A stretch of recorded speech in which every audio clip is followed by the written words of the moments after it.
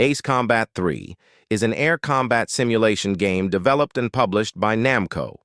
The game was developed from its predecessor, Ace Combat 2, reusing several of its elements.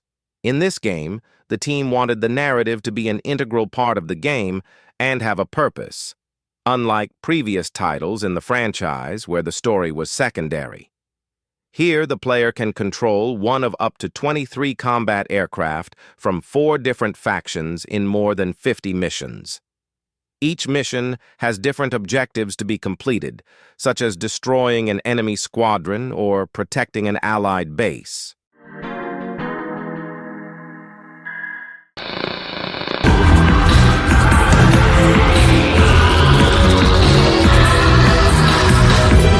Tekken 3.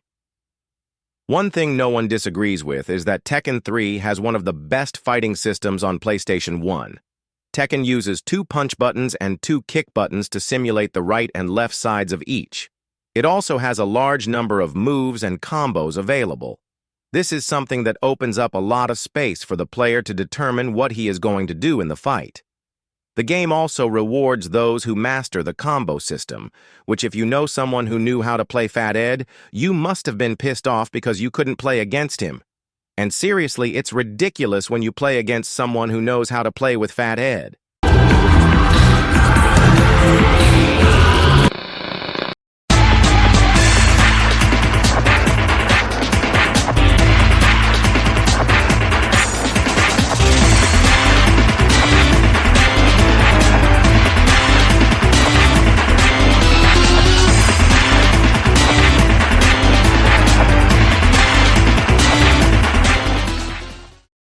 The Lefend of Dragon. One thing that bothered a lot at the time in turn-based RPGs was the lack of immersion in battles. Think with me. In most RPGs, you had to attack and wait for your enemy to attack, and that's a normal thing. But the problem is that it was nothing more than that. And here we have something new that the developers called from the Atlantis era, where the player is forced to pay attention to the character's movement during fights to be able to press specific buttons and increase the number of blows, reaching up to 8.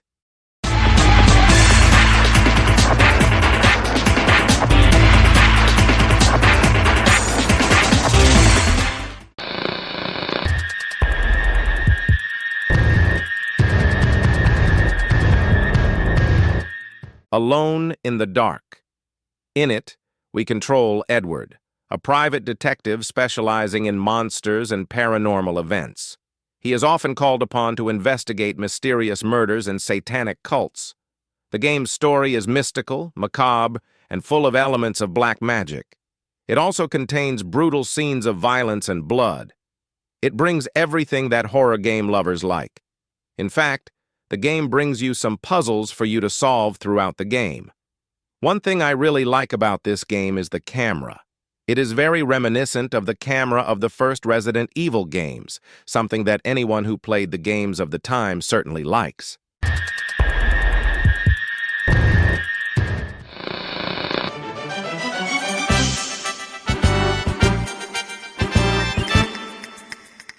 Alundra. The protagonist, Alundra, is plagued by strange visions until one day he discovers that he can get into people's dreams and nightmares. With this, he manages to help the village of Inoa, where a great evil is lurking. In my opinion, it is one of the most difficult games on PlayStation.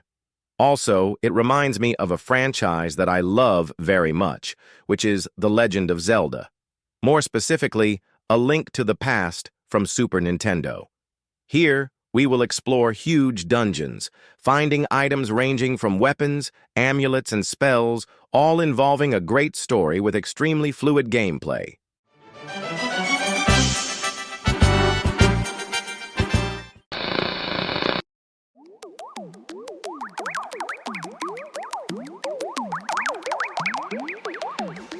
Ape Escape is the story of a bunch of rogue monkeys who escape from an amusement park and mistakenly break into the laboratory of a genius professor.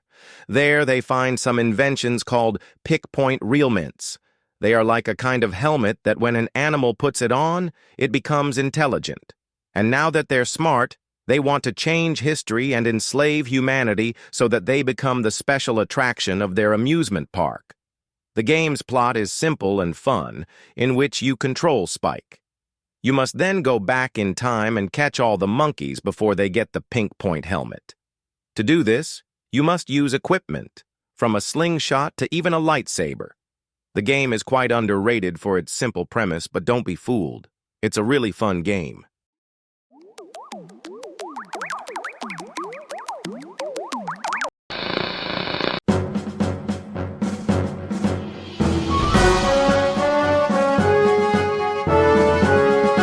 Another very good adaptation of Disney movies is with Atlantis, The Lost Empire. The game has exactly the same story as the movie. Milo is a cartographer who finds the book with clues leading to the lost city of Atlantis. He receives financial support from a wealthy lord to lead an expedition to Atlantis, with the support of mercenaries.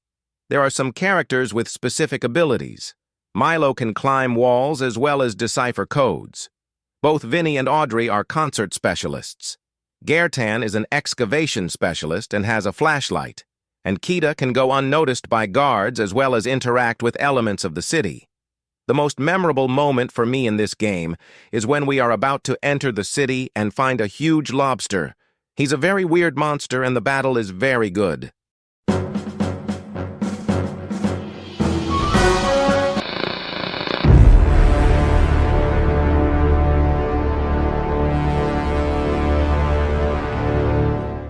Batman Forever.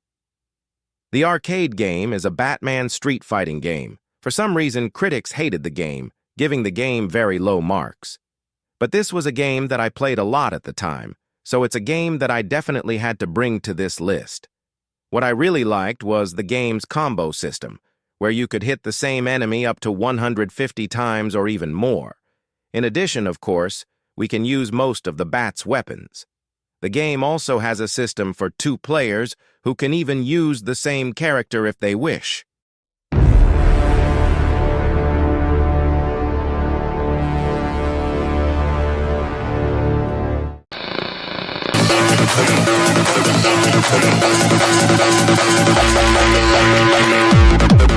Based on the blockbuster franchise of the 90s, in Blade we take on the role of the vampire hunter. You know that grumpy old man who says that everything in his time was better? So, in fact, I believe that Blade was the only vampire that managed to catch my attention in theaters. And this time, finally, I got to try a game about it. I mean, actually, Blade is half human, half vampire, but that's for another video. The cool thing is that we can see several weapons in action in the hand of our favorite vampire. All of this is combined with dynamic combat where you slaughter your enemies, literally. Despite this, the game's missions are very basic, which include killing all vampires in sight or destroying and finding a necessary number of objects. But unfortunately, there is a very abrupt negative point in this game, which is the loading screen that appears all the time in front of our screen.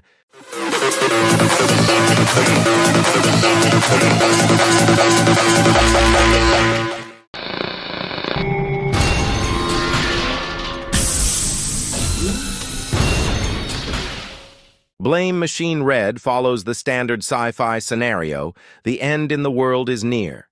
Here we have a deadly virus that is destroying the entire human population, and you are assigned to contain that virus. Here it is good that you are always heavily armed to be able to shoot down your enemies. This is a game that I played for a long time. It was recommended by a subscriber here on the channel, and I can say that the graphics are very cool with pleasant environments and full of mutants in all possible places, so it's a game that you can certainly have a good time with.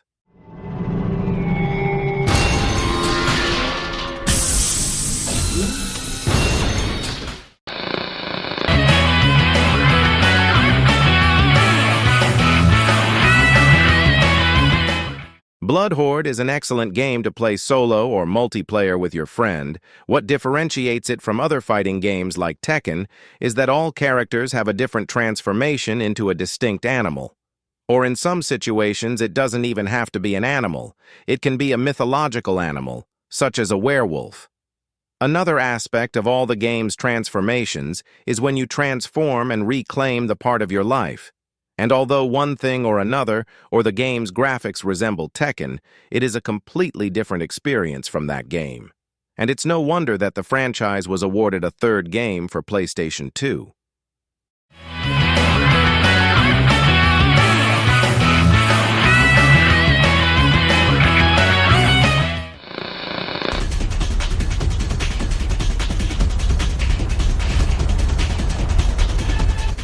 For me, who had a Super Nintendo as my first console, it was a surprise to learn that there was a PlayStation 1 Bomberman at the time, but what I really found most strange was its setting that tries to imitate a three-dimensional environment.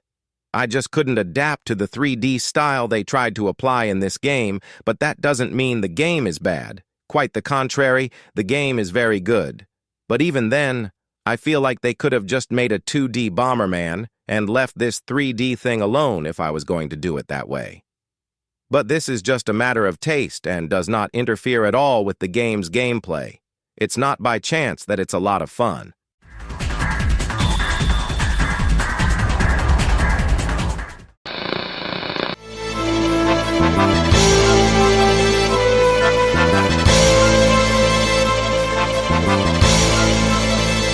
Brave fencer Musashi has been summoned to stop an ancient evil force to save the kingdom and rescue the princess.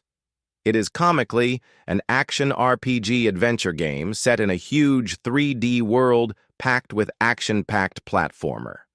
In addition, there are several mini-games and puzzles scattered throughout the game world. For you to advance in the story, you have to complete all these puzzles.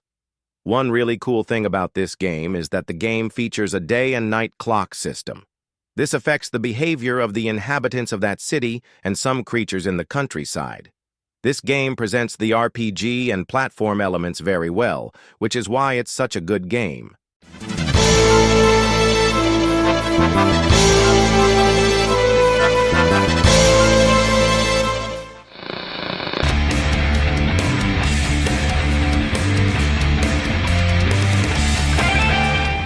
Breath of Fire 3 is a role-playing game developed and published by Capcom.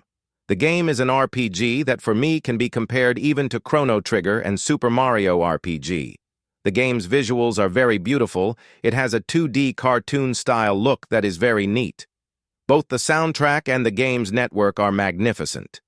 I usually say that the soundtrack is the first thing that attracts me in games. And here exactly that happened. The direction in which the plot develops is always very difficult. There are many dramatic and heavy moments during the game. But the game is not just drama. There are many moments that have a very good humor. I confess that I played it for only about 2-3 hours around to be able to make the video, but I really liked what I played. And most likely I will continue to play this game.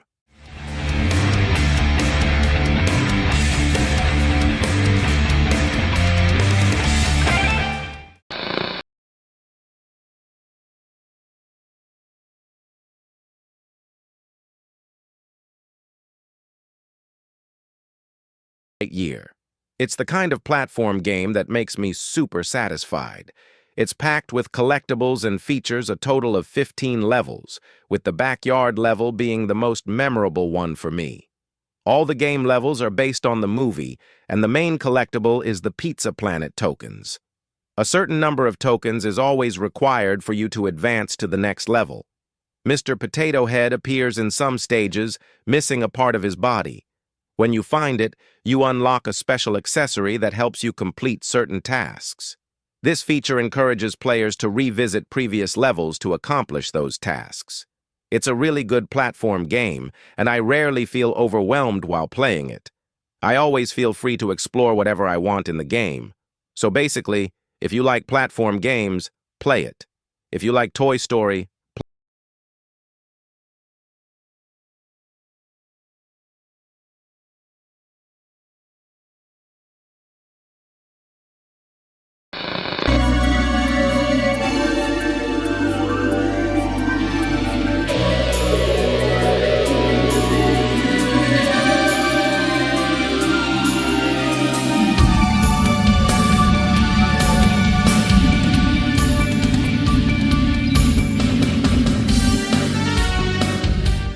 Castlevania. Symphony of the Night is a game highly acclaimed by many people. It's such an impressive game that alongside Nintendo's Metroid series, it gave rise to a new genre called Metroidvania. Examples of this genre include Hollow Knight, Rogue Legacy, and Ori and the Blind Forest.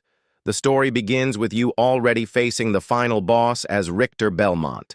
4 years later, Richter disappears, and Dracula's castle reappears. Alucard then arrives to destroy the castle, and we must explore it to uncover what's happening there.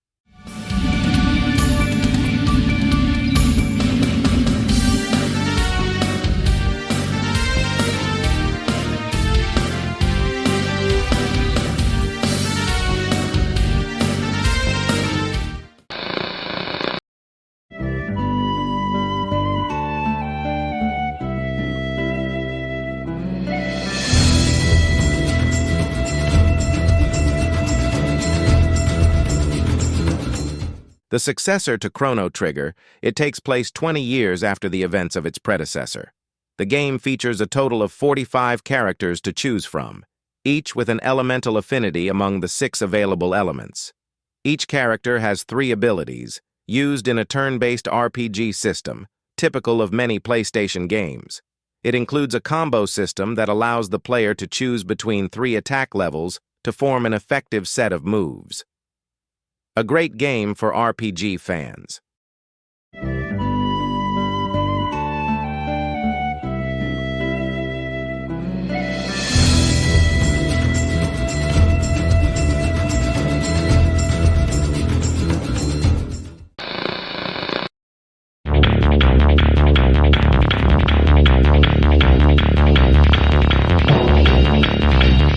Even though it's not well known, the first PlayStation had a really good horror game, and I'm talking about Clock Tower. It was a point-and-click game with a storyline typical of horror movies from the 70s and 80s. The game is set in the Burroughs family's mansion in Norway. In the story, the matriarch of this traditional family gave birth to 2 boys who began to show demonic traits.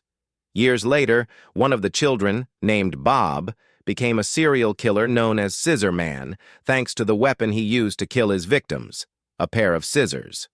It is a direct sequel to the Clock Tower game for the Super Nintendo.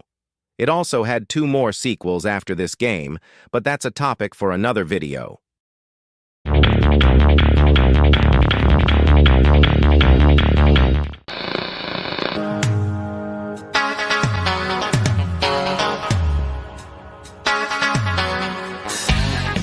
Countdown Vampires. The game follows the story of a detective named Keith J. Snyder, a newly hired cop assigned to work at a new casino themed around horror movies. At first, everything seems peaceful, but a fire breaks out, and chaos ensues. The crowd starts acting strangely, vomiting black liquid onto people and turning them into a type of vampire. That's when the game truly begins. At this point, you take control of Keith and search for a way to survive while uncovering what's really happening. One interesting aspect is how much it resembles Resident Evil, which was common for survival horror games of that era. In the game, besides solving puzzles, you'll also face various enemies.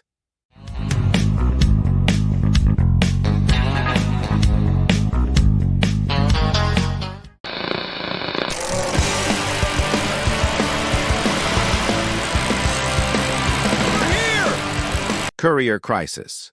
In this game, you control a messenger speeding through the city at absurd velocities while performing stunts and delivering elbow blows and kicks to pedestrians. For some reason, it always reminded me a lot of Tony Hawk, although playing it makes it clear that the similarities are limited. The game offers some pretty wild possibilities. You can jump onto car hoods, hit cops, run over grandma in self-defense, and even kick dogs. It's the kind of game that fans of GTA usually enjoy. The only flaw I see is that sometimes the bike takes a bit too long to respond to your commands. But other than that, it's an excellent game.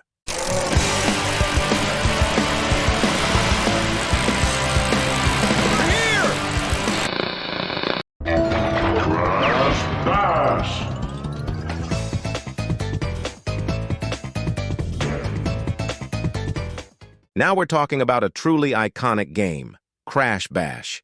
It's practically a Mario Party, but with Crash Bandicoot. However, unlike Mario Party, which has a game board, Crash Bash brings a unique Crash-style twist. Just like in the platform trilogy, there's a warp room where you can choose various levels. But here, the levels are actually mini-games. And let me tell you, there are plenty, each with a different soundtrack. The storyline revolves around Aku Aku and Uka Uka, settling their rivalry through a team competition because the two brothers are forbidden from fighting directly. I spent countless hours playing this game, and I never got tired of it. It's amazing to see the endless variety of mini-games it offers in so many different ways.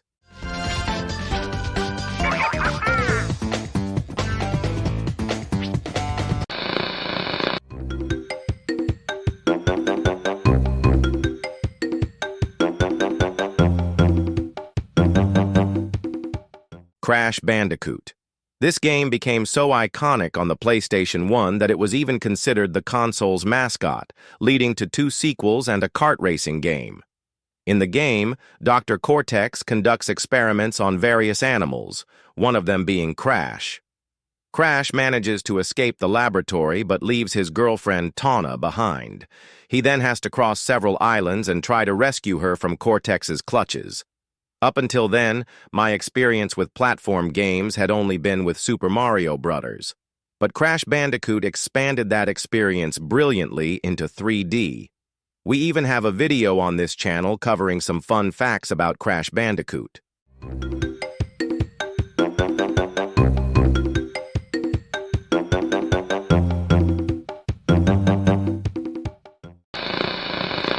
Start your engine for a Sony Computer Entertainment America production.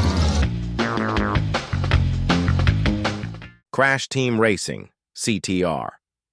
Here's another game for the crazy ones. Crash! I'm sure this game was created to compete with Mario Kart, but honestly, I think it surpasses Mario Kart in many ways. You know when you're playing Mario Kart, you're in first place, and suddenly you get hit by a barrage of blue shells? Frustrating, right? Well, here that rarely happens. Plus, the game rewards you for mastering its turbo system. A really cool feature is the adventure mode. In it, you have to win all the tracks in a given map and then face a boss. This is a game I'll probably play until the last day of my life. For another Naughty Dog creation.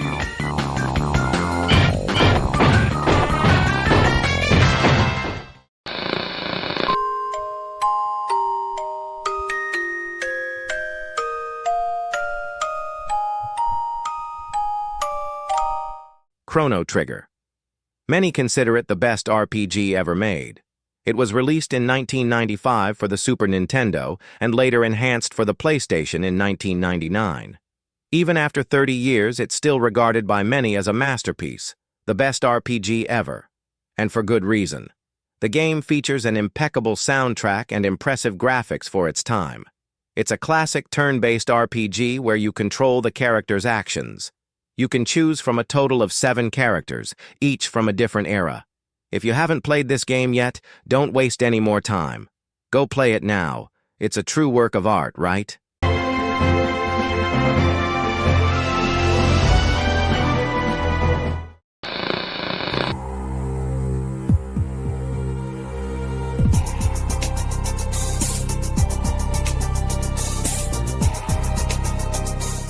Darkstalkers 3. It's often known as Street Fighter with monsters, and for good reason.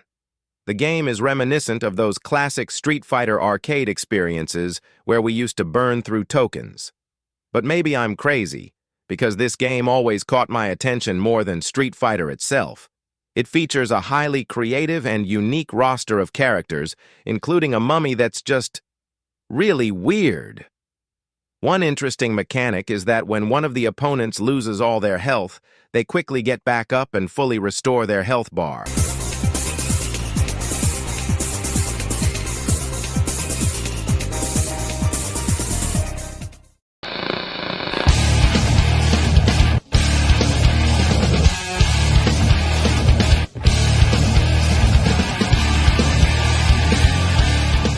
Delta Force, Urban Warfare.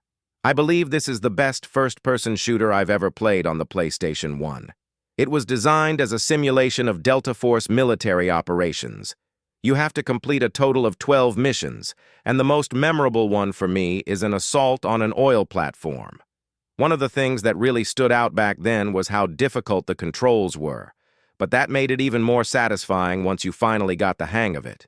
It's funny how the harder a game is, the more memorable it becomes.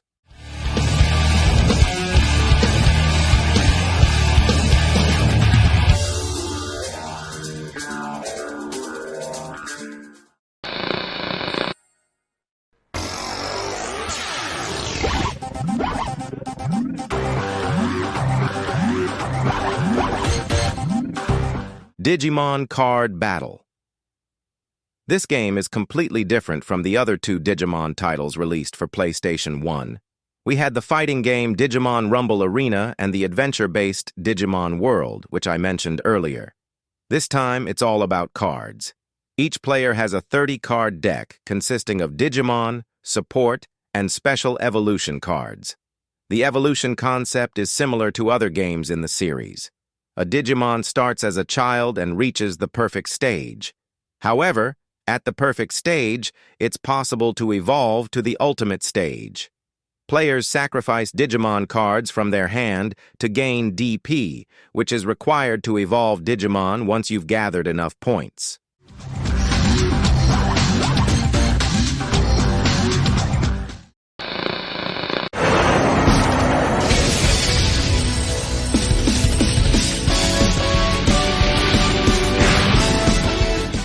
Digimon Rumble Arena. This is a game I consider essential on the PlayStation 1. It gave me countless hours, maybe even days, of fun. I played it so much that I'm pretty sure it stretched across many days. Its fantastic 1-versus-1 gameplay had me frequently playing with my cousins. Basically, it's my go-to fighting game set in the Digimon universe. There are cards scattered throughout the stages that grant special powers to the characters. You also earn evolution points during battles, allowing your Digimon to digivolve depending on which one you're using. Additionally, it's possible to start battles already evolved. You just need to unlock the character.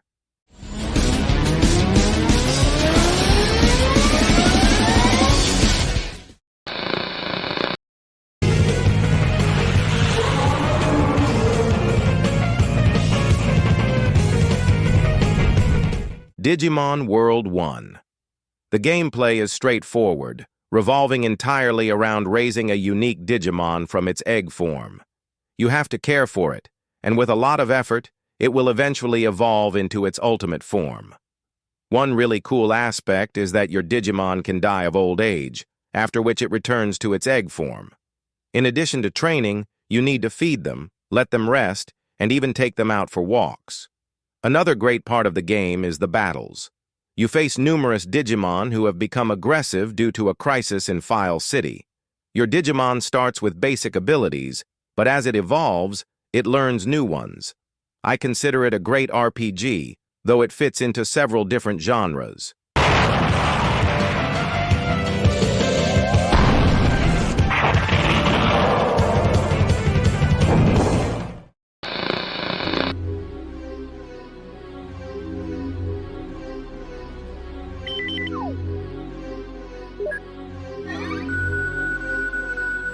Dino Crisis.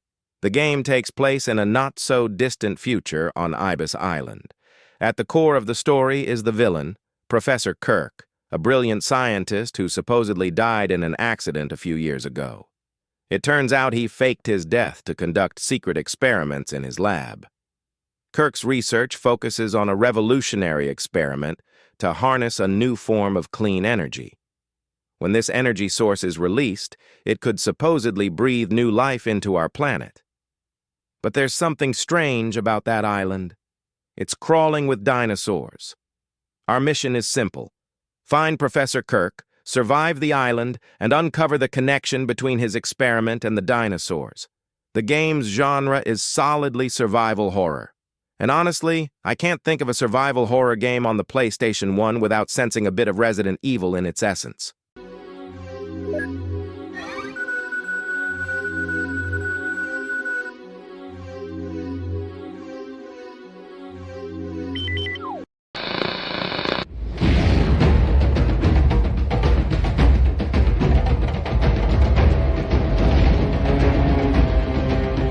Disney's Tarzan.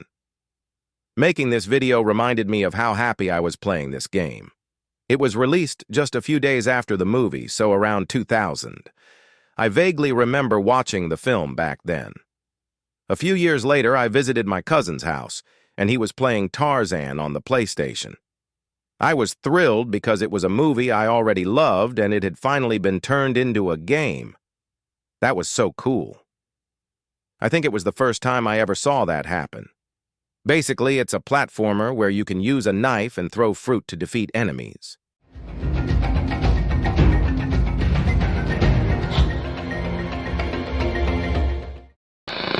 Okay, countdown begins. 3, 2, 1, go! There's this insanely difficult spaceship shooter for the PlayStation 1, Pachi. In the game, players take on the role of a pilot whose mission is to survive an intense 8-year training program. The weird part? You spend the entire game destroying your own allies.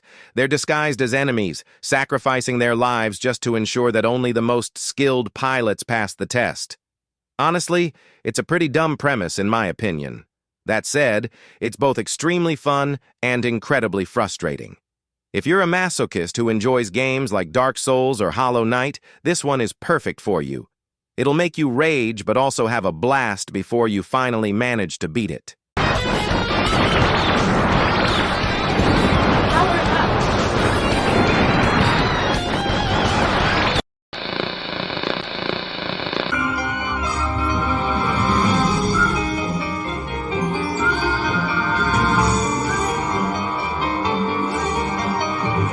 A fantastic platformer that resembles Crash Bandicoot is Disney's Donald Duck, Goin' Quackers. Just like Crash Bandicoot 3, this game features a warp room system, offering various environments across 24 stages and 4 teleportation rooms. As the name suggests, you play as Donald Duck, on a mission to rescue his girlfriend, Daisy. To achieve this, Donald must rely on Gyro Gearloose's teleportation machine. However, the machine lacks enough power to send him to the temple where the villain Murloc is holding Daisy captive. To restore the machine's power, Donald must teleport to different locations, collecting the necessary resources to complete his adventure.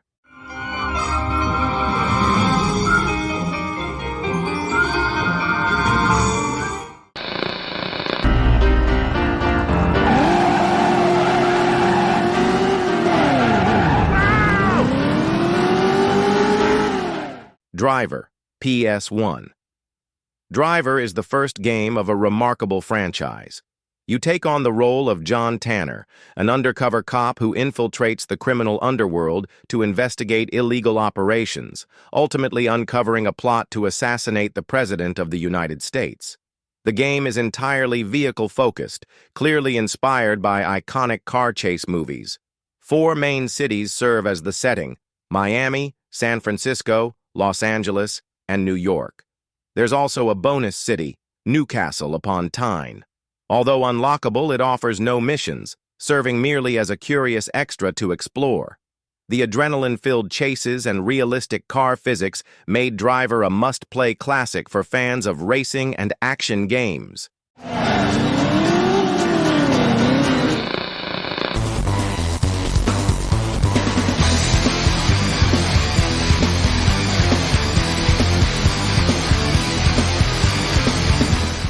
Duke Nukem, Time to Kill, PS1. The gameplay of Duke Nukem, Time to Kill, is quite similar to Tomb Raider, though it places a greater emphasis on action and exploration. The storyline is a bit cheesy, but the focus isn't really on the plot. For instance, in the opening scene, Duke is riding his motorcycle to a strip club in downtown Los Angeles when pig cops show up and turn his motorcycle into a pink bicycle. Naturally, Duke kills them, and that's when the game begins. A fantastic addition to this game is the deathmatch mode, where you can challenge friends in stages based on different moments from the main game. Duke Nukem is a long-standing franchise that needs no introduction. I even remember playing the very first game on an old white computer that ran Windows XP.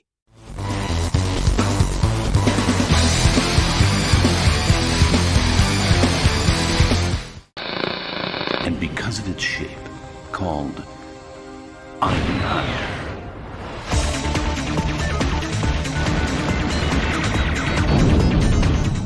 Einhander, PS1. Einhander is a classic space shooter where you must defeat hordes of enemy ships. On the PlayStation, it brought back nostalgic memories of games like Strike Gunner, but it managed to do so in an even more impressive way. It was actually the first 3D shooter I ever saw. Well, not fully 3D, more like 2.5D.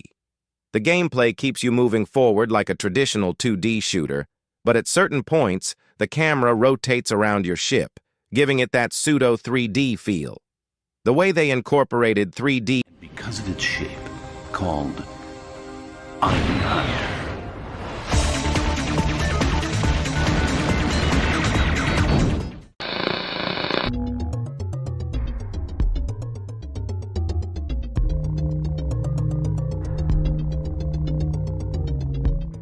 Fear Effect 2, PS1.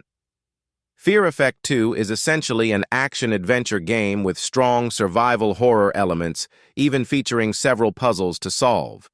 During gameplay, it's almost impossible not to think of Resident Evil and Silent Hill. One notable thing about the game is that there's no tutorial. You're thrown straight into the action, forced to learn everything through trial and error. Expect to die countless times before figuring out how to handle each situation. What truly stood out to me back then were the game's unique graphics.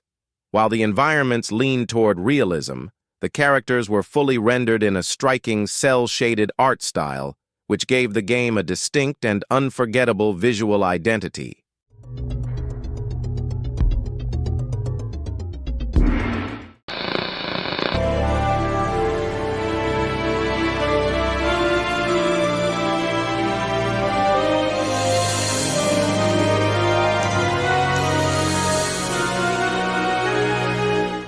Final Fantasy Tactics, PS1. Final Fantasy Tactics was one of the most requested games here on the channel. I originally planned to cover it in the second or third part, but I didn't feel ready yet because I wanted to research it more thoroughly. Even though I'm familiar with the Final Fantasy saga, I hadn't played Final Fantasy Tactics before. It's a strategy RPG, which was a surprising departure for Final Fantasy fans accustomed to traditional RPGs focused on narrative, exploration, and character development. What stands out the most in Final Fantasy Tactics is its deep class system for character progression.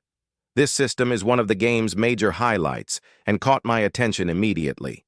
The class variety is impressive, including summoners, clerics, mages, warriors, rogues, and even ninjas. Unlocking certain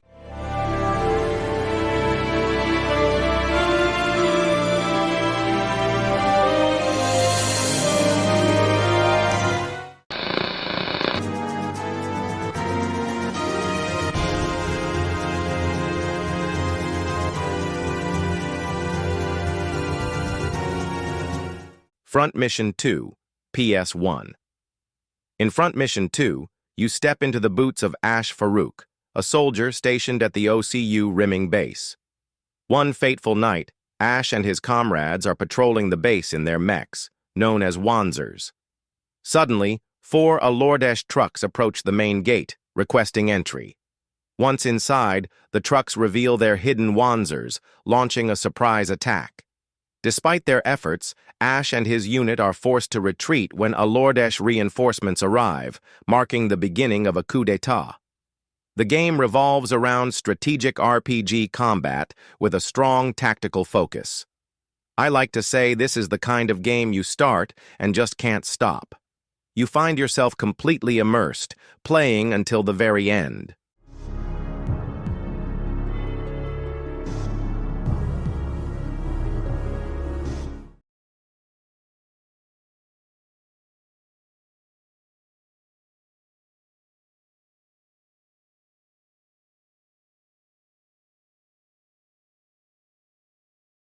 PS1. This game is based on the Gear Fighter Dendoh anime, which was a major hit in Japan at the time. It follows the story of two Japanese students who unexpectedly find themselves in the midst of chaos as the Earth is attacked by Galfa, a mechanical race bent on destroying all life in the universe. Amid the destruction, the two are chosen by Dendoh, a giant robot designed to combat Galfa's forces. From there, the journey unfolds as players control these mechs to stop Galfa's invasion of Earth. What really caught my attention about this game is how much its gameplay resembles that of the Power Rangers Megazord battles in Mighty Morphin Power Rangers, the movie game for the Super Nintendo. It's that same nostalgic robot battling vibe.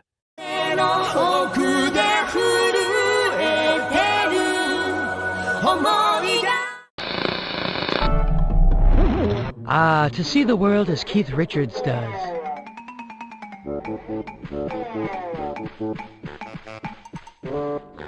Gex Enter the Gecko, N64 and PS1. This is a game I first discovered on the Nintendo 64, although it was also released for the PlayStation 1. Gex is a clever gecko with a love for TV shows, so much so that the game's cover references the iconic 007. In the game, players explore various fictional TV programs inspired by famous productions. One example is a level that mimics Looney Tunes with vibes reminiscent of Bugs Bunny's antics. The game is packed with pop culture references from the late 80s and 90s, making it a nostalgic treasure. In the hub world, there are several TV sets that players can access to enter these themed stages. It's a truly sensational platformer, though sadly almost forgotten today.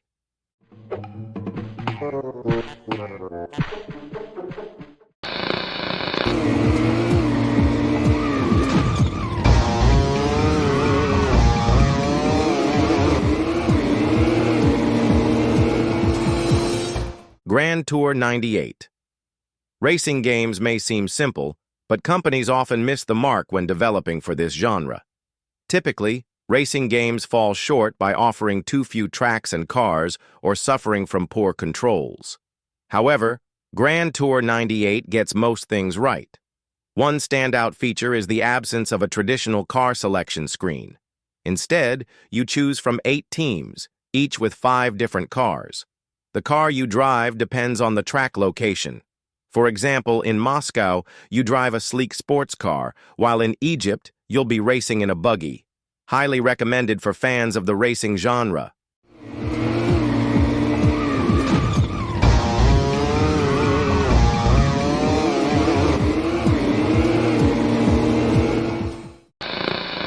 Gran Turismo. The first title in the series, Gran Turismo, was released for the PlayStation in December 1997. It was designed to be a racing simulator while remaining accessible. Gran Turismo.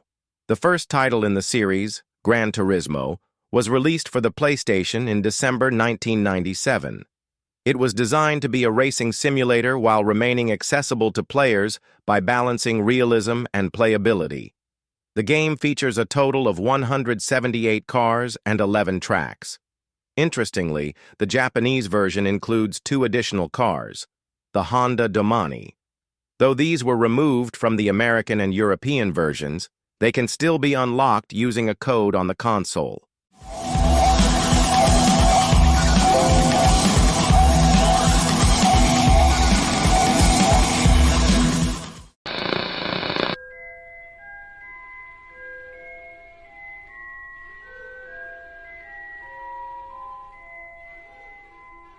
Harry Potter and the Sorcerer's Stone. Both the Harry Potter books and movies were hugely popular at the time. With several film adaptations hitting consoles, it was almost inevitable that a game featuring the famous wizard would eventually be released. The game follows the events of Harry Potter and the Sorcerer's Stone book and movie. Essentially, it's an action game with plenty of platforming elements. Harry can run, climb certain obstacles, and jump. These movements are controlled using the directional pad, reminiscent of The Legend of Zelda, Ocarina of Time. Classes in the game teach Harry new spells, which can only be used in specific areas and on particular objects. Among these spells is the iconic Wingardium Leviosa.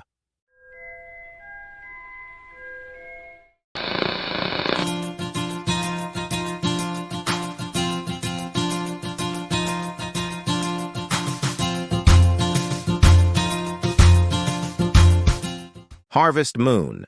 Surprisingly, Harvest Moon offers one of the most satisfying RPG experiences on the PlayStation. I say this because it breaks away from the typical RPG formula where you're tasked with saving the world. Instead, you perform daily tasks to manage a farm, maintain friendships, and build a family in a simple yet engaging way.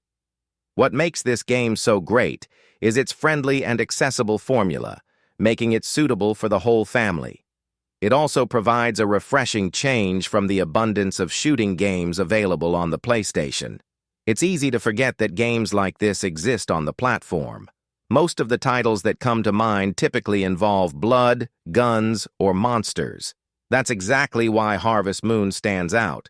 Without a doubt, when I have a child, I'll definitely introduce them to this game.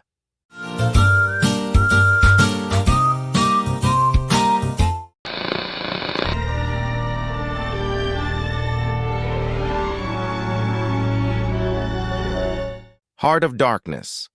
Heart of Darkness reminds me a lot of Prince of Persia, mainly because of the character's fluid and precise movements. The game draws significant inspiration from cinema, but not the black and white era. Instead, it echoes the dawn of vibrant, colorful animations. You play as Andy, a brave child on a quest to rescue his dog, who has been abducted by a shadowy specter. As you'd expect from a game with a strong cinematic vibe, it features around 30 minutes of animations that help tell the story. In addition, the game boasts thousands of beautifully crafted 2D animated frames, creating a visually rich experience. If you've played Prince of Persia, you're bound to enjoy this game as well.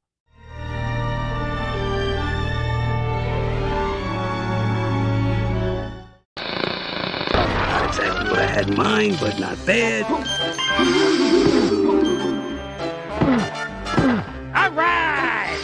Disney's Hercules. Disney's Hercules is a game that faithfully follows the storyline of the movie. Like most Disney film adaptations, this one is also a platform game. In the game, you face all sorts of creatures threatening the Greek people. And since Hercules is the strongest man on Earth, it's up to him to solve these problems. What I enjoyed most about this adaptation was the near-perfect fusion between 2D animations and 3D elements. The battle against the Hydra is probably the highlight of the game, intense, memorable, and visually impressive. All right! Not bad, kid!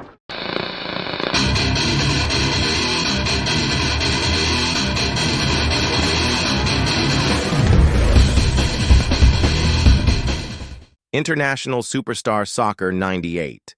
Here we have what I consider the best soccer game on the PlayStation 1, International Superstar Soccer 98.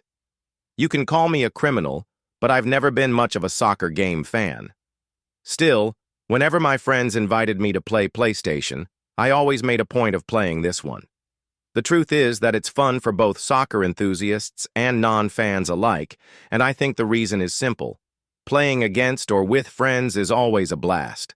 I clearly remember the amazing feeling I got every time I scored a goal against one of my friends. Because of that nostalgic feeling, I couldn't leave this game out, even though I'm not a soccer fan.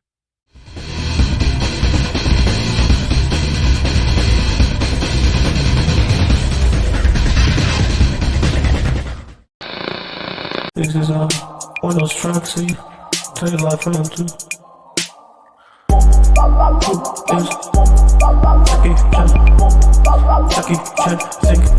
Jackie Chan, Stuntmaster.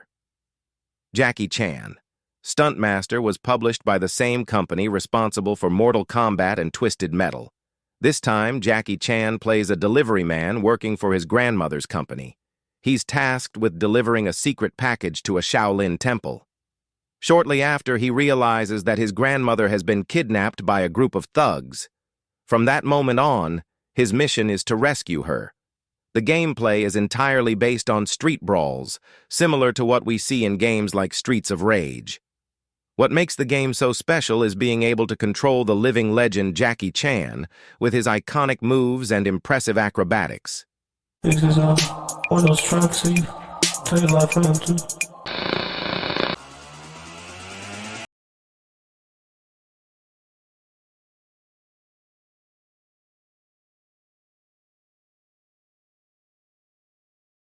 and Labonte Stock Car Racing. Jarrett and Labonte Stock Car Racing brings a great simulation based on an unusual hybrid between stock car and touring car races. One of the things that makes the game so fun is the incredible way the cars take damage. If you're not careful, you can literally destroy your car in the first 30 seconds of the game. And do you know the reason for that? The game's AI is smart and evil in the sense that it will push you off the road. It can simply chase your car, tilt your rear end, or even push you onto the grass. And that's why this game requires a certain level of skill.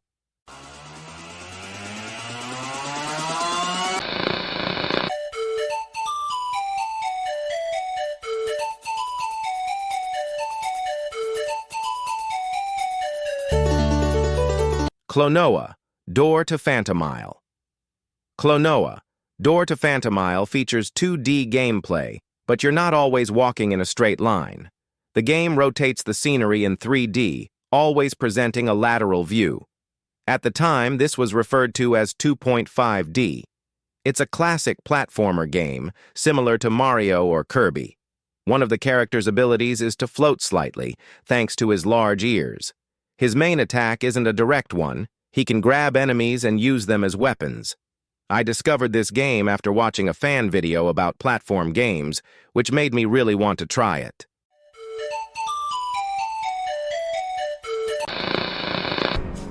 Cain is deified. The clans tell tales of him. Few know the truth.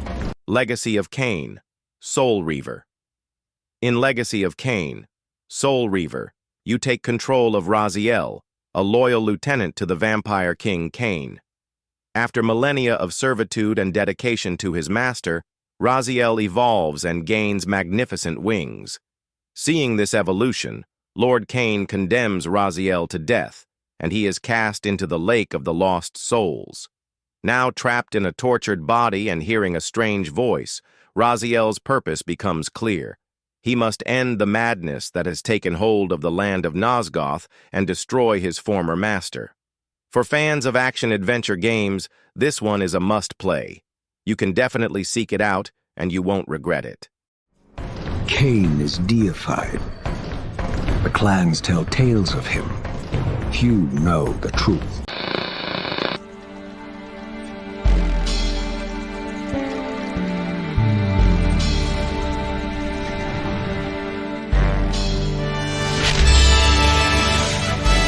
Legend of Legaia focuses on a trio of adventurers, Van, Noah, and Gala.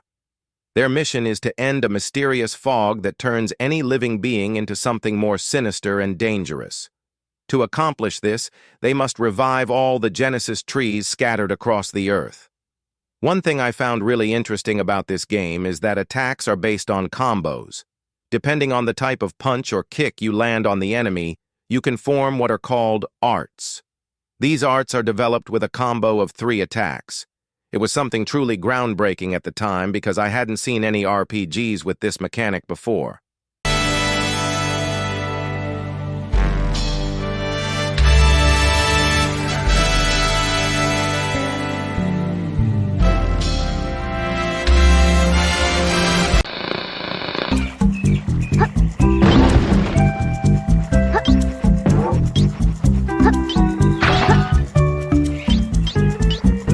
Based on the Disney movie, the Lilo and Stitch game for the PlayStation 1 is a platformer in the style I enjoy, full of challenges and with plenty of collectibles.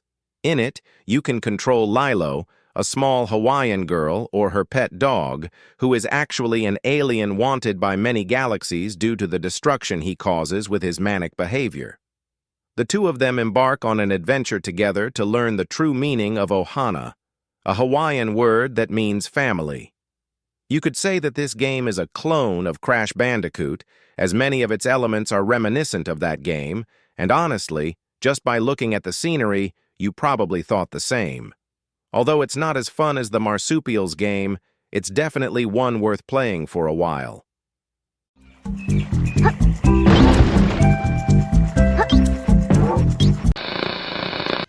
Capcom presents Marvel vs. vs. Capcom! Marvel vs. Capcom was the 7th game in Capcom's Versus series. It featured the classic audio from arcade fighting games and impressed in every way. The new characters from Capcom and the amount of innovations were simply epic. The story, if you can call it that, involves the battle against Onslaught. He was the villain of the moment in Marvel Comics and a sort of fusion between Magneto and Professor Xavier. Before being controlled, Professor Xavier sent a telepathic message to heroes from 2 worlds asking for help. These heroes came from the Capcom and Marvel universes.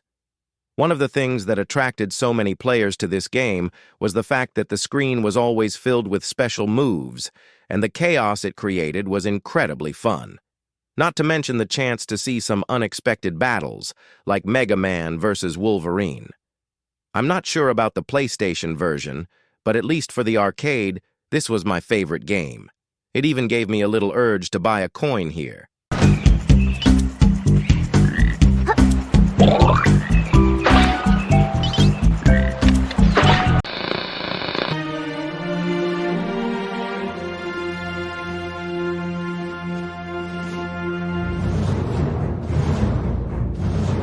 Medal of Honor. For me, this is the second best first-person shooter on the PlayStation 1, only behind Delta Force, which I've already mentioned in this video. In the game, you take on the role of Soldier Jimmy Patterson, a fictional character created for the series. The setting is during World War II, between the years of 1944 and 1945. Some of the objectives you face in the game include collecting documents, destroying Nazi bases, and infiltrating while assisting members of the French resistance in eliminating German forces in the process.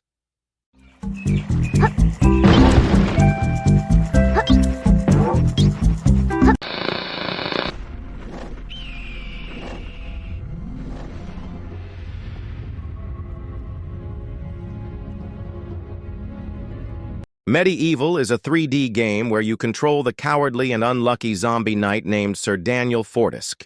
He is a knight who died 100 years earlier in a battle against the wizard Zarok.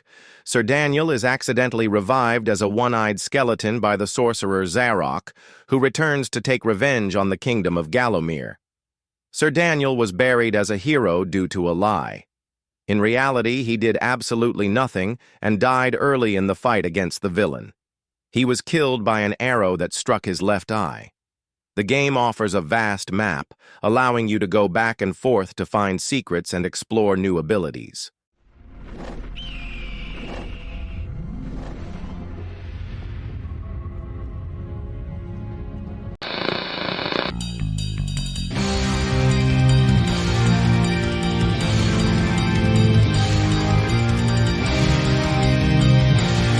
Mega Man X4.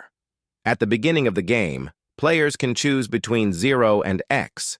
Regardless of the choice, you'll go through the same stages, but each character has a different playstyle and faces their own challenges. One thing that really caught my attention back in the day was that the cutscenes in this game are all in anime. And while researching a bit about the game for this video, I found out that it was the second game to use this type of scene for its cutscenes. Well, as a big fan of platform games, I can say that this game is almost mandatory if someone asks me to recommend a game in that genre. It's really great, but, to be honest, I didn't know it existed for the PlayStation 1. I had only seen the Sega Saturn version.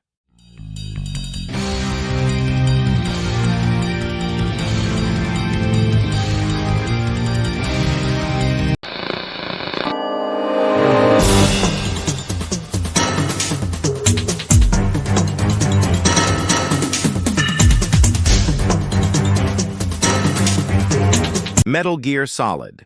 It's one of the most iconic games by Hideo Kojima. In the gameplay, you control Solid Snake, guiding him through areas without being seen by enemies. Solid Snake is a legendary agent specialized in infiltration and sabotage. The story begins when Solid Snake is assigned a mission at the request of Colonel Roy Campbell. In the mission, we must infiltrate the terrorists' defenses and neutralize the threat. The operation also involves rescuing hostages, and the game starts from there. I won't be able to dive too much into the story, but that's basically the gist of it.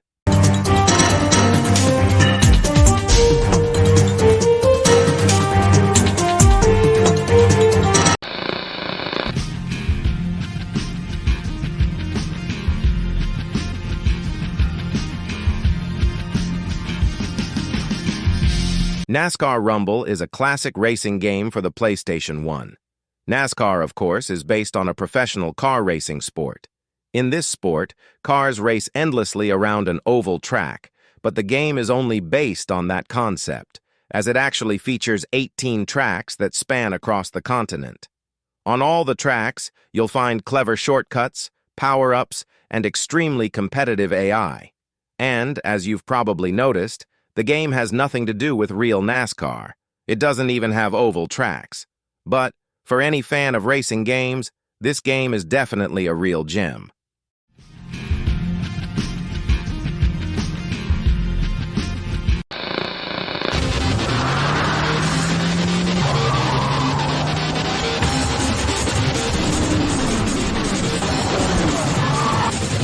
Need for Speed is a franchise that needs no introduction. Anyone who enjoys car games has definitely played some title in the series. But now, let's specifically talk about Need for Speed 4, High Stakes. The biggest feature added to the game is car damage. This was a highly anticipated feature by fans from the very beginning of this iconic series. Although the damage can't be repaired during a race, it can be fixed between races if you're playing in career mode. I believe the main highlight of this game is, in fact, the career mode. This mode forces you to make tough decisions on how to manage your car and your money. You can spend a large amount to upgrade your car's suspension or engine, or you can save that money to buy a new car.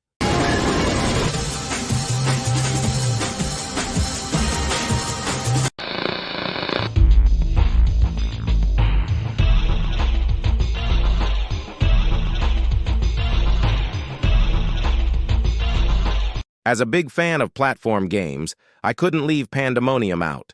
This game is a bit controversial for me. I just can't get used to its graphical style, but even though I'm not fond of its artistic style, it gave me countless hours of fun. And honestly, I didn't expect to find people who also liked this game. When it was mentioned on the channel, I was really surprised because, even back when I played on the PS1, when I talked about it with friends, no one even knew what it was. So it was really cool to find out that, to this day, there are people who remember this game. One of the coolest things about it is how it mixes 2D with 3D. While the control mechanics are entirely 2D, the camera changes angles during gameplay. The game has a huge amount of secrets hidden throughout the levels, and that's why I love it. It makes you explore the levels in a way that you become paranoid, thinking any corner might hide a secret.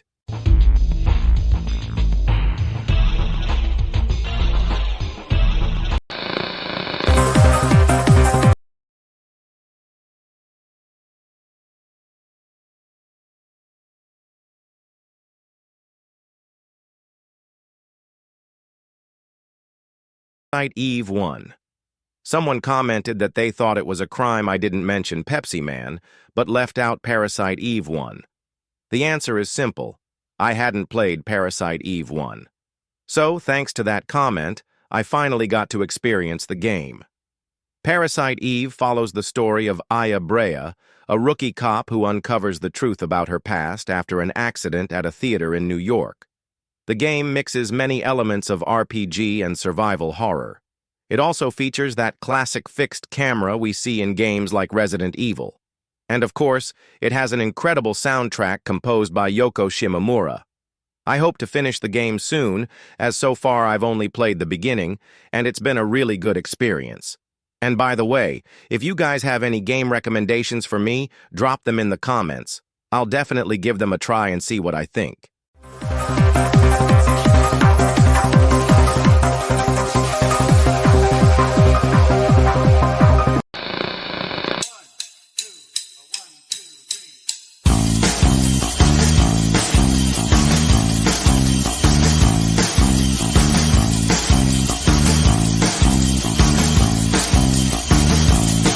Pepsi Man. No, you didn't hear wrong.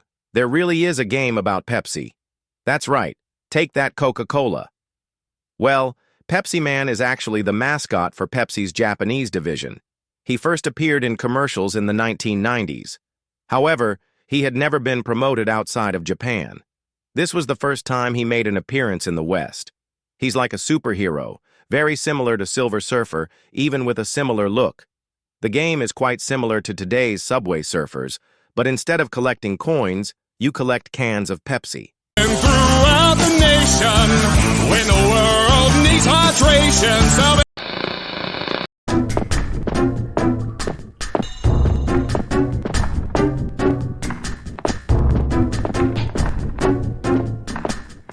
Planet of the Apes. There's a 1968 Planet of the Apes movie, which served as inspiration for this game.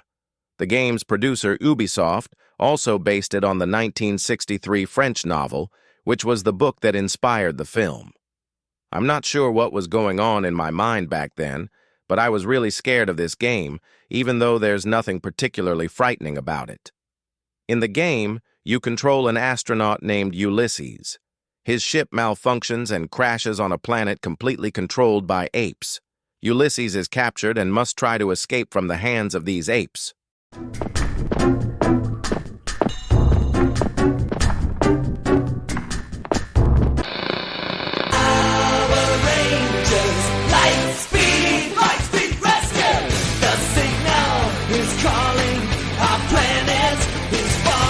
Power Rangers is a franchise that, for sure, was part of the childhood of many subscribers here on the channel, and on the PlayStation 1 it was no different, with Power Rangers, Lightspeed Rescue.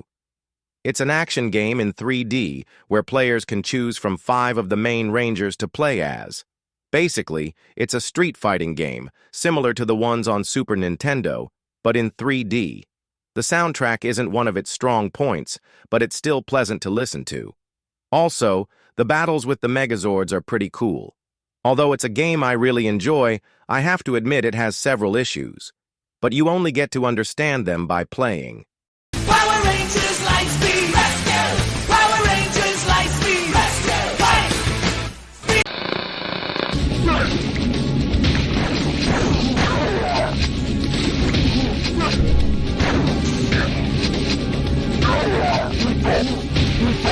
Let's talk about Quake 2 now.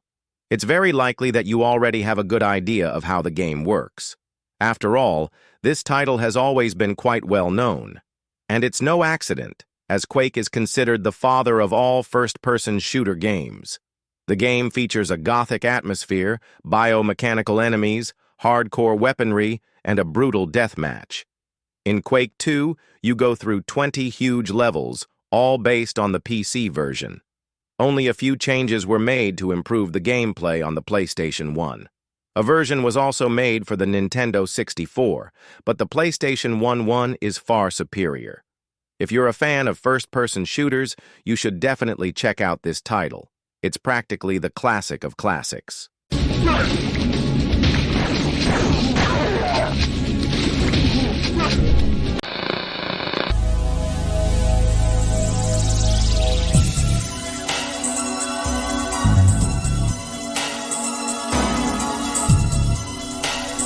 R-Type Delta is a shooter fully set in 2.5D. In it, you move forward while the entire environment interacts with you and the camera changes angles. Here, you not only have to worry about the ships, enemies, and machines trying to kill you, but also about the environment. This makes the game something that requires a lot of attention from the player. But those who are already fans of shooters know exactly how it works.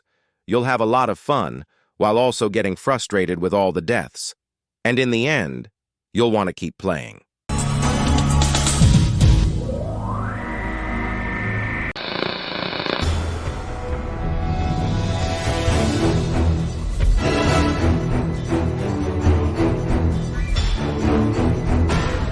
Rainbow Six, as we know it today, has its origins in the 90s.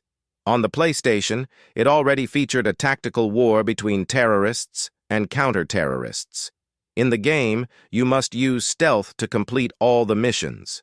It was a rare adaptation of a book to a video game, but it was much more than that. Rainbow Six was one of the first first-person games to introduce the tactical mindset that the industry has seen. Before each mission, you choose a team of 3 men, select their combat gear, and position them at different points on the map.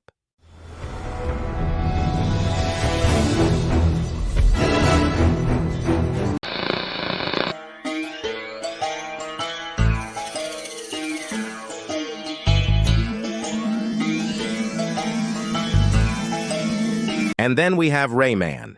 If you take a platformer game like Donkey Kong or Pitfall and add engaging and humorous characters, along with a fantastic soundtrack, you basically have Rayman. Rayman is a totally laid-back hero. He lives on a peaceful planet, full of beings and harmony. But everything changes when the villain Mr. Dark steals the Great Protoon and scatters the Electoons all over the world, disrupting the tranquility of the place. As a result, Rayman is forced to defeat the antagonist and put things back in their proper place.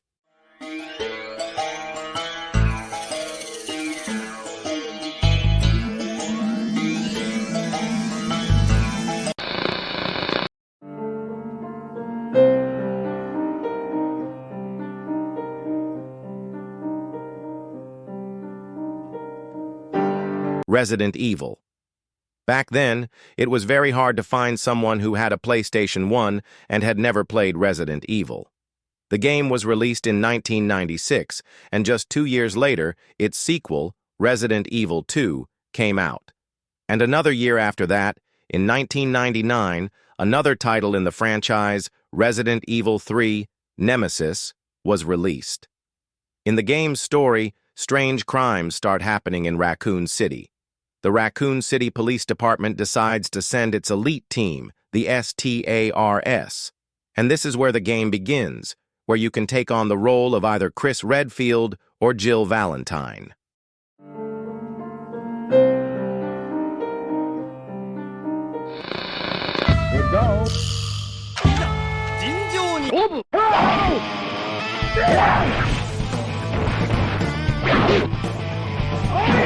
Samurai Showdown 3. Blades of Blood is a game that stays completely true to its predecessors, but in reality, it's a conversion from the Neo Geo. Even so, it offers an excellent experience for the PlayStation 1, being a great fighting game. You control various characters in the best samurai style, each with different weapons and even more distinct fighting styles. All of this is complemented by an excellent soundtrack and a perfectly designed 2D background. And when I say there are various fighting styles, I mean it. There's even a character who fights alongside his dog.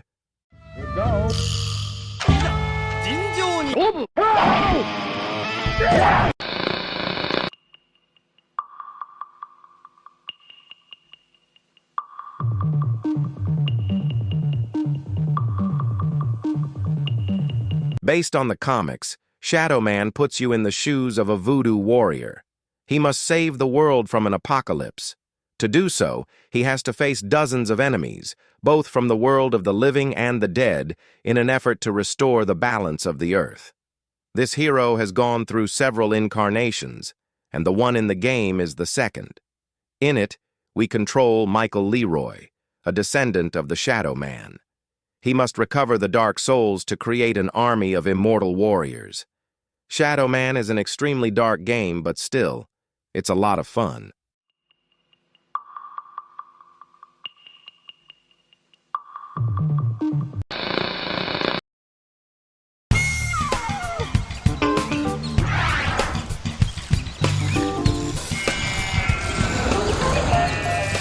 Sheep, Dog, and Wolf.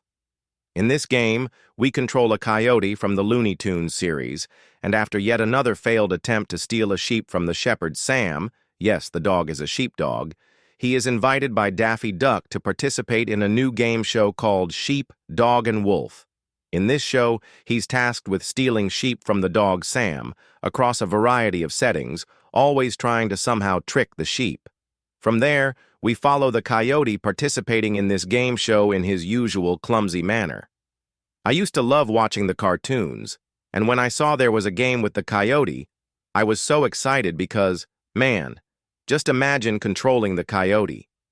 We always think of the coyote as kind of a dumb character, so just imagine failing over and over again. It's a game that, without a doubt, is a lot of fun. I recommend it.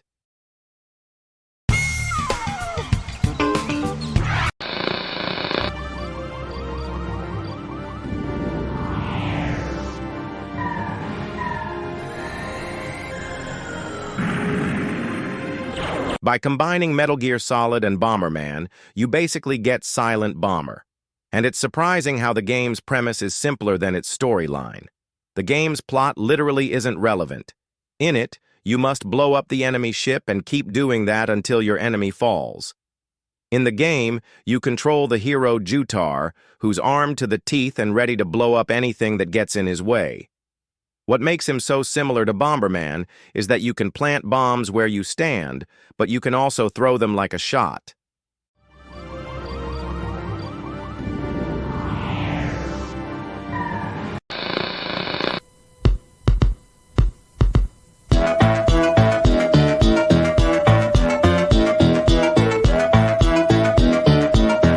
Silent Hill.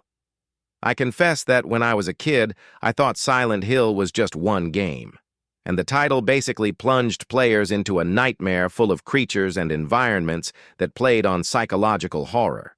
It even used simple elements, like radio interference and a dense atmosphere of nervousness, to leave players completely disoriented and terrified. The game's protagonist is Harry Mason, the adoptive father of a 7-year-old girl named Cheryl. He has the brilliant idea to spend their vacation in a quiet town called Silent Hill, but they get into an accident on the way. When Harry regains consciousness, his daughter has disappeared, and he begins searching for her in Silent Hill. This is a must-play game for anyone who loves horror games.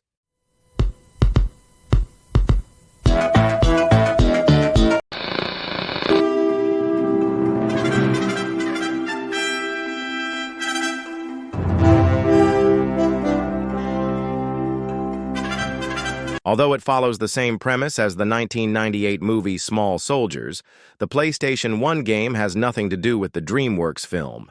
The game works like a faster-paced Tomb Raider, but with less focus on puzzle solving.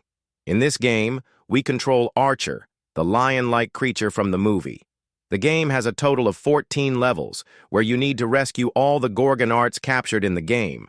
However, once you free them, they aren't invincible. You need to watch your back just as much as you watch theirs. Additionally, Small Soldiers has 2 multiplayer modes, a frag mode and a capture the flag mode.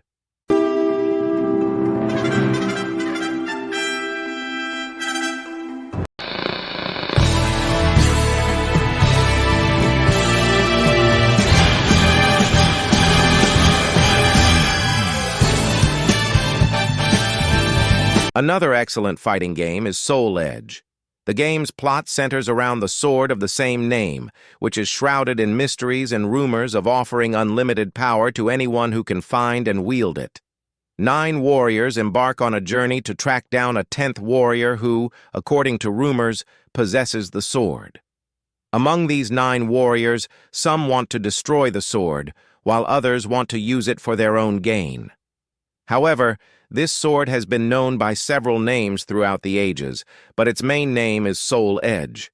The game features a dynamic and fast-paced combat system, making it a title where you can have a lot of fun between fights.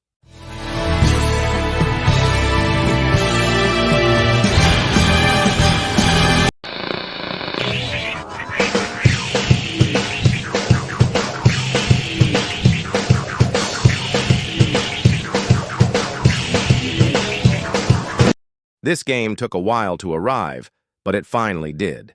Spider-Man puts us in the shoes of Peter Parker, already at the height of his career and powers. The story unfolds around a scientific exhibition hosted by the seemingly reformed Dr. Otto Octavius, the famous Dr. Octopus. Peter Parker is working as a photographer until an imposter disguised as a hero attacks the exhibition and steals Dr. Octavius's device. While the game is really good, let's be honest, it's pretty tough. Here, we control the hero through 34 3D stages, with the goal of moving from one point to another, completing tasks, and defeating enemies.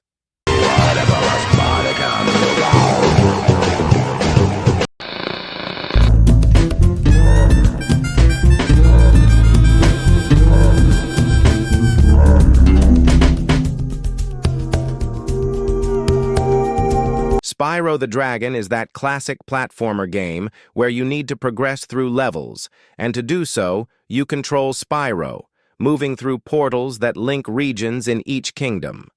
The game is set in a magical world called the Dragon Realms, where there are 5 species of dragons, each living in one of the 5 kingdoms. The protagonist lives a peaceful life until a terrible ogre named Nasty Gnorc turns all the gems into Norks and freezes all the dragons in crystals. Now, as the last remaining dragon, Spyro must save them all.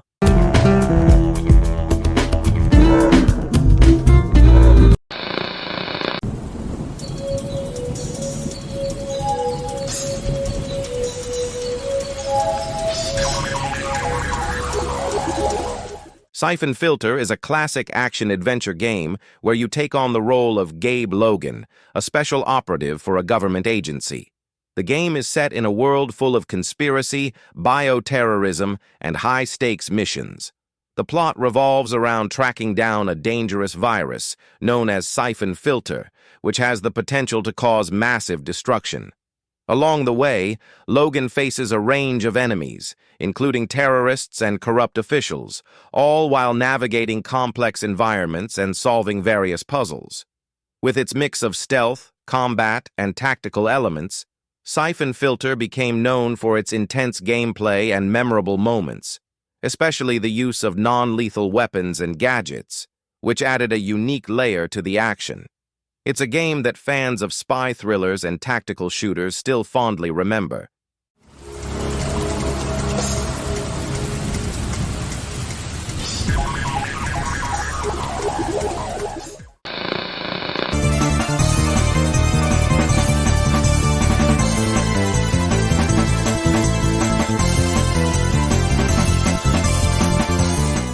Tales of Destiny is a really charming RPG that doesn't use turn-based combat.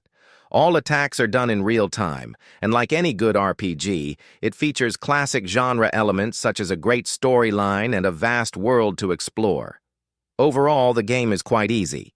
The enemy encounter rate is pretty high, but even so, I can't quite put my finger on why, but I find the battle system to be really simple. The fights are pretty easy. The game's weak point for sure is the map, which is very easy to get lost in. But in the end, it's still a really good RPG.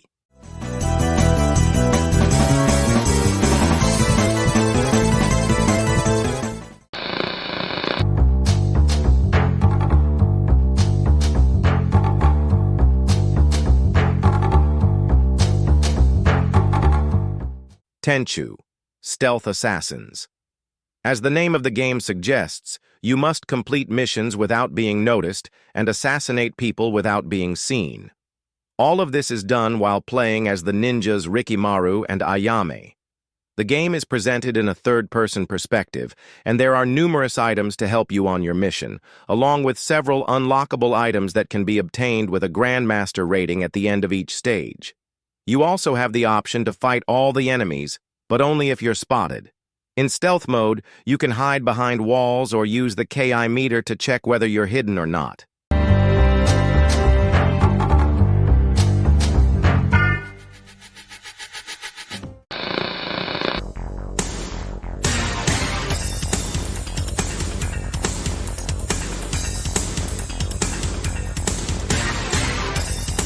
The King of Fighters 97 is considered by many to be one of the best fighting games ever created.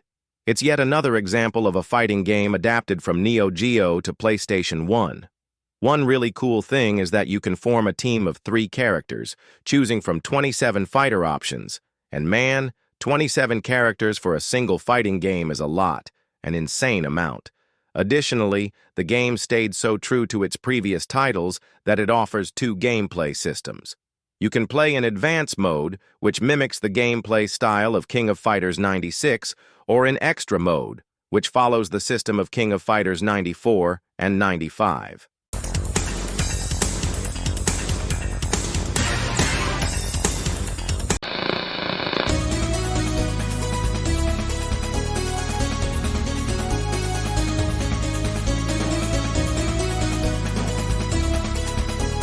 Threads of Fate is a 3D platformer with various RPG elements.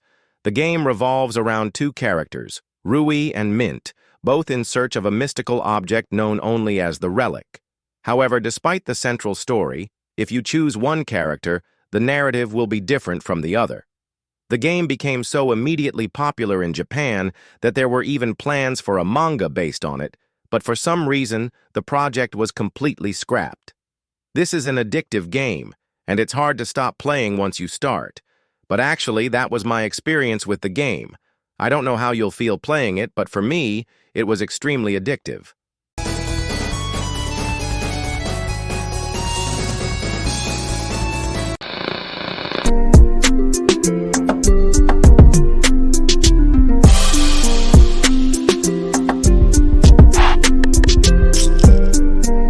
The first game in the Tomb Raider franchise puts us in control of Lara Croft, who is on the hunt for an artifact split into 3 pieces, known as the Exion. Throughout this journey, we explore cities in Peru, Greece, Egypt, and the legendary lost continent of Atlantis. The game's enemies range from dangerous animals to supernatural creatures. Lara's main weapon is a pair of pistols with infinite ammo, but she also has other weapons, such as the Magnum, which are used during the game. When Tomb Raider was released, any game, no matter how simple, that had any similarity to Tomb Raider was quickly associated with the title. This game is, without a doubt, one of the greatest classics of the PlayStation 1.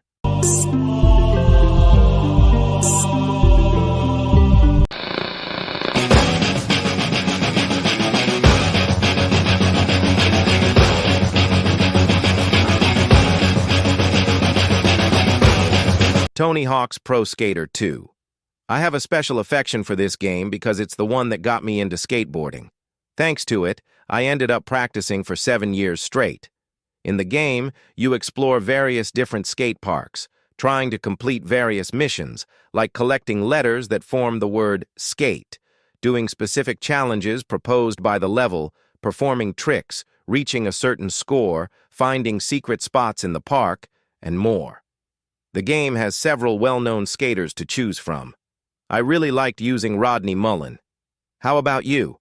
Which character did you use the most? Let me know in the comments so I can find out.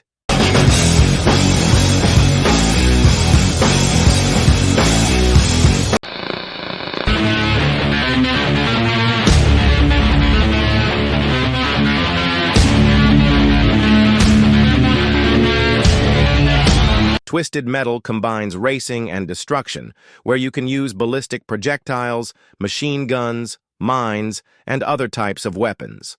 There are also nuclear weapons and even satellite attacks. In the basic storyline, every year a tournament called Twisted Metal is held, where various competitors gather with their cars to try to eliminate all other players. And as a prize, the last player standing in the tournament can make a wish to the event's host.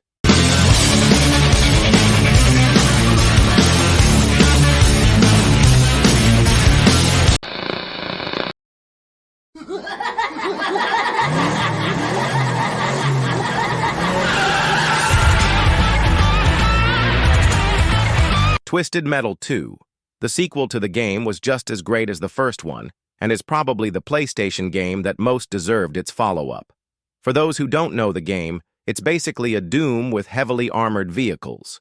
The story takes place in a tournament where you must eliminate all the other racers. To do this, you'll use all sorts of weapons, each more dangerous than the last. The engine and mechanics of the game remain the same as its predecessor, but more vehicles, more weapons, and 8 new worlds to explore were added.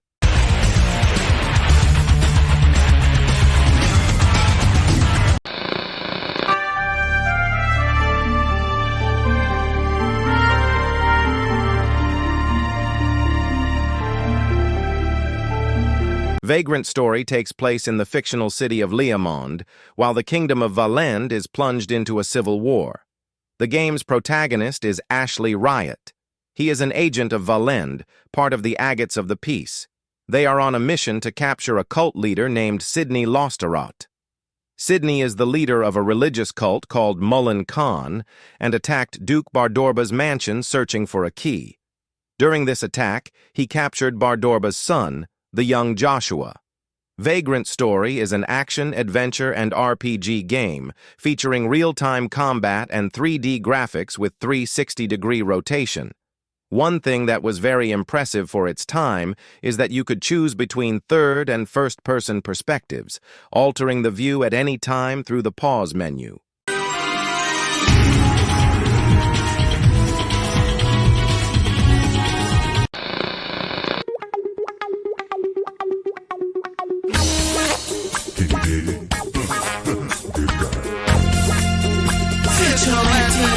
Vigilante 8 is a spin-off of a franchise released in 1997 by Activision for computers called Interstate 76. This series takes a slightly different approach to the oil crisis in the United States during the 1970s. The game doesn't have much of a secret for anyone who has played Twisted Metal, as the premise is basically the same. Cars of various types, armed with machine guns and other weapons, face off in 11 different stages, and whoever defeats their enemies first wins the match. There were some variations of upgrades scattered across the map, represented by icons that allowed the player to change the equipped weapon up to 5 times. Additionally, you also have 3 special attacks that can be found on the map at specific points during the match. If you don't know this game but are familiar with Twisted Metal, I recommend checking out Vigilante 8 like I did. I didn't know about the game at first, but I ended up discovering it thanks to comments from people here on the channel.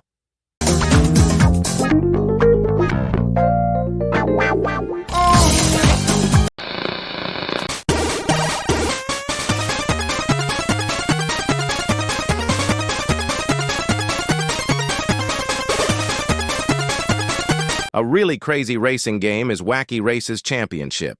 In it, we get to play with most of the characters from the iconic cartoon, and of course, there are traps to help you advance in first place during the race. There's even a pterodactyl that we can use to fly our car. For anyone like me who is a huge fan of those cartoons from back in the day, you'll definitely love this game and play it to the end. It's a wonderful game. It's already made me laugh a lot while playing.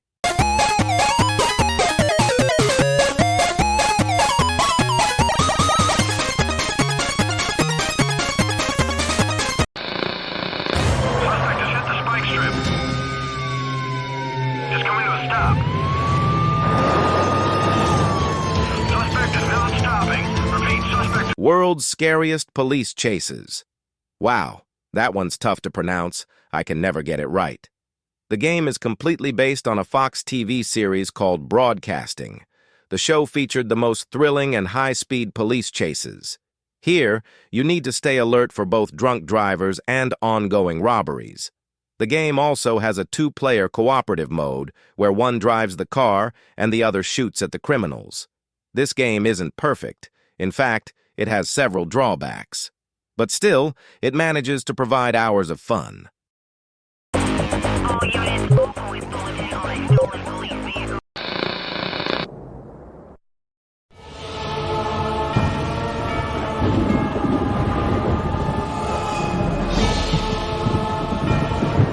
Xena. Warrior Princess was a TV series. It's a spin-off of the Hercules series. I was really hooked on that show when I was a kid, but what I didn't know was that it had a game for the PlayStation 1. I want to thank Morpheus a lot for recommending this game to us. It's really good. Xena was created as a secondary character in Hercules, but she became so popular that she even got her own series and her own game. The game tries to stay faithful to the character's movements from the show, with acrobatics, combos, and the famous chakram. It's a disc that Xena used as a boomerang to attack from a distance. Although the controls are a bit stiff, the gameplay feels less clunky than Tomb Raider. The hitboxes are a bit buggy too. Sometimes a random strike lands, and when you're close to the enemy, the hit doesn't register. However, despite these issues, I found the game really fun. I played it for about an hour and a half, something like that. And for sure, it's a game I'll try to finish.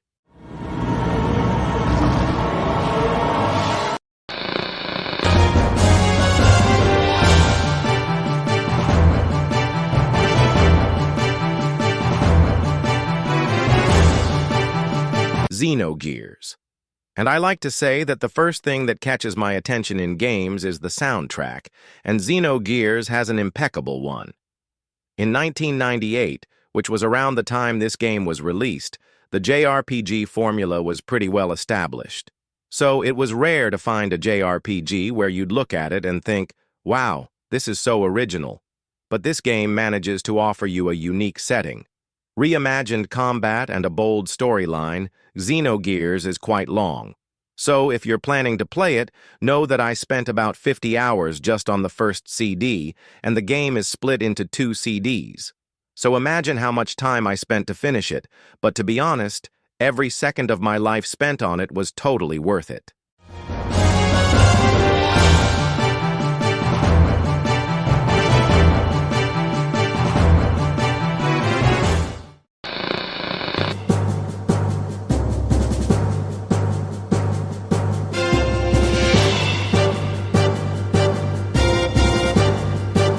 Yu-Gi-Oh! Forbidden Memories. It's based on the old demon card game that your mom probably burned and threw away. But wait, based on? Yes, it's based. Here, the rules work a little differently. You can only make one action per turn, whether it's placing a spell, a trap, or a monster. You can perform fusions, which, most of the time, don't make sense directly from your hand without using a magic card. And it goes on like that. The game also introduces villains who didn't appear in the anime, like Hatching and Dark Knight. And although it's not faithful to the conventional card game, it's a really good game, even though it's frustrating most of the time because you don't have a card more powerful than your opponent's. But if you understand how the fusion system works, you can beat most enemies without too much trouble.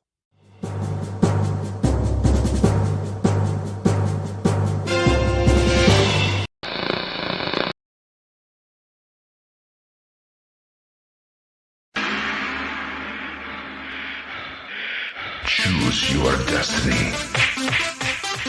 Flawless victory. Choose your destiny. Flawless victory.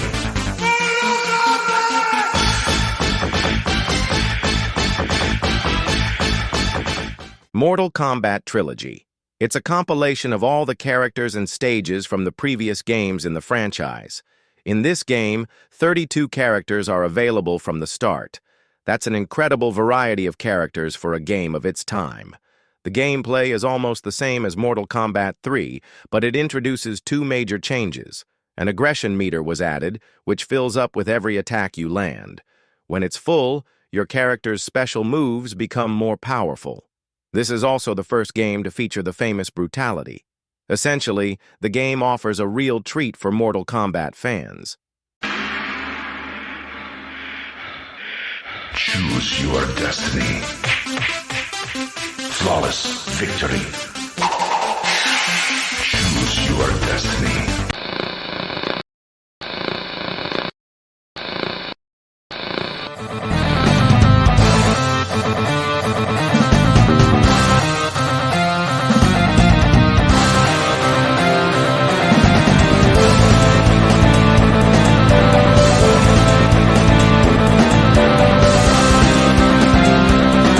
Final Fantasy VII is an RPG that truly needs no introduction. Before Final Fantasy VII, most of the games in the franchise followed a medieval style and were all in 16-bit. For Final Fantasy fans, this game was a real game changer. The graphics, the music, and the gameplay are still considered solid to this day, which shows just how well the game has aged for its time. One of the coolest additions to the game was the materia system. This system allows you to equip stones called materia to your weapons, granting you special abilities. The materia come with a variety of effects and abilities, so I can't dive into every detail here. But if you're a huge fan of RPGs, this is definitely a game you shouldn't miss.